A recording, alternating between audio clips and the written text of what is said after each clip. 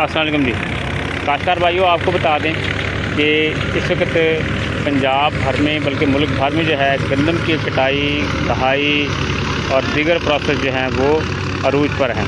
हमारी आपसे ये रिक्वेस्ट है कि कोशिश करके 2 मई से पहले जो है अपनी गंदम की हार्वेस्टिंग का वगैरह, उसकी गहाई, उसका तमाम प्रोसेस मुकम्मल कर लें, क्योंकि 2 मई से लेकर 5 से 6 मई तक जो है बलाई इलाकों में, वस्ती पंजाब में, जनूबी पंजाब में, सूबा सिंध में, बलूचिस्तान में जो है तेज़ हवाओं के साथ बारिशों का एक स्पेल जो है वो दाखिल होगा।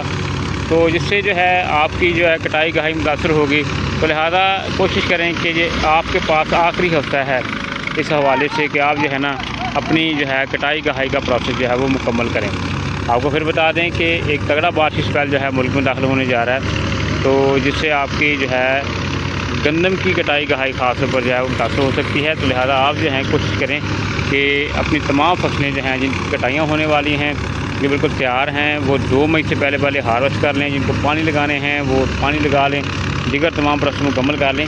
ये तमाम चीज़ें आपने ज़हन में रखनी हैं। और एक बात और भी ज़हन में रख लें कि आपने मौसम के ऊपर जो है वो नज़र रखनी है। इस दफ़ा गर्मी की ज़्यादा रहेगी, जिन फसलों को पानी की ज़रूरत है वो पानी वहाँ पर लगाते जाएँ।